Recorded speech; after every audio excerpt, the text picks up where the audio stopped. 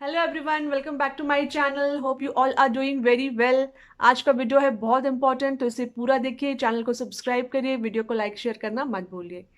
1 अगस्त से 7 अगस्त तक का जो पूरा वीक है वो पूरे वर्ल्ड में इंटरनेशनल ब्रेस्ट फीडिंग वीक के नाम से मनाया जाता है। ये एक एनुअल इवेंट है जिसमें 120 कंट्रीज पार्टिसिपेट करती हैं, और इसके पीछे जो एक मकसद है वो ये है कि लोगों को ब्रेस्ट फीडिंग के लिए अवेयर किया जाए। न्यू मदर्स को उन्हें बताया जाए कि ब्रेस्ट फीडिंग क्यों इम्पोर्टेंट है मदर के लिए और बेबी के लिए।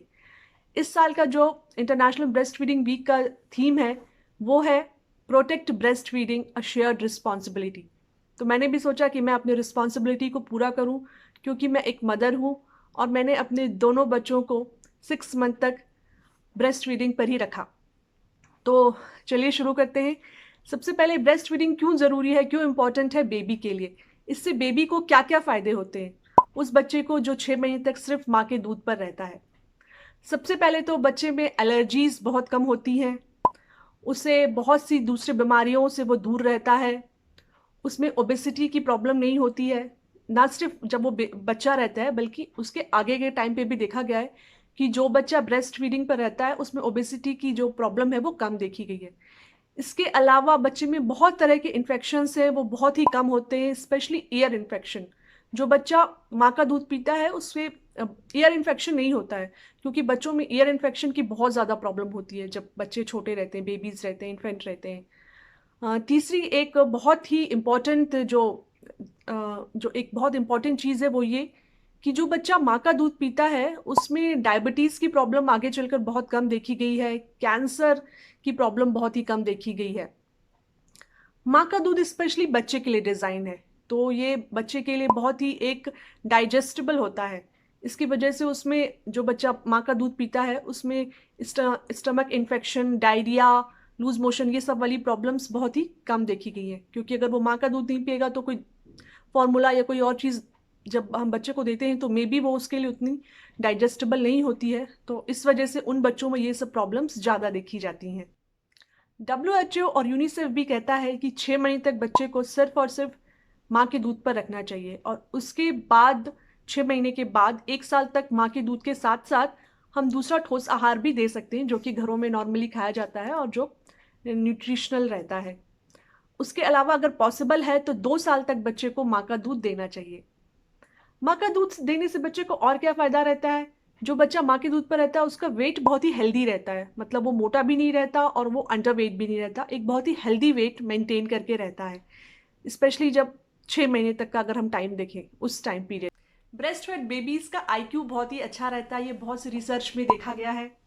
इसके अलावा ब्रेस्ट जो मिल्क है वो बेबी के लिए हमेशा अवेलेबल है, ये बहुत इन्वायरमेंट फ्रेंडली है क्योंकि इसमें कोई वेस्टेज नहीं है, बेबी को जितना पीना है वो उतना ही पिएगा।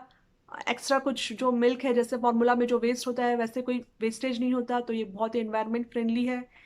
ब्रेस्ट मिल्क का टेम्परेचर बिल्कुल ही करेक्ट रहता है बेबी के लिए, उसे जिस टेम्परेचर के दूध की ज़रूरत होती है वो उतना ही रहता है, क्लीन है।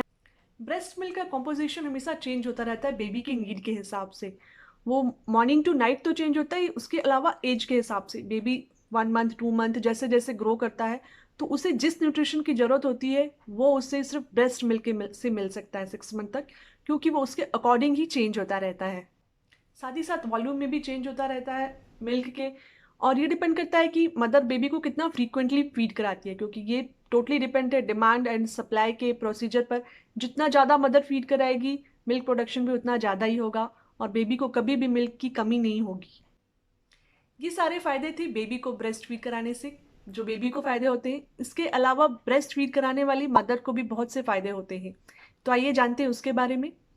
सबसे पहले मदर को टाइप 2 डायबिटीज़ है जो उसका खतरा बहुत कम हो जाता है। उसके अलावा कई सारे कैंसर, स्पेशली ब्रेस्ट कैंसर का खतरा बहुत कम रहता है।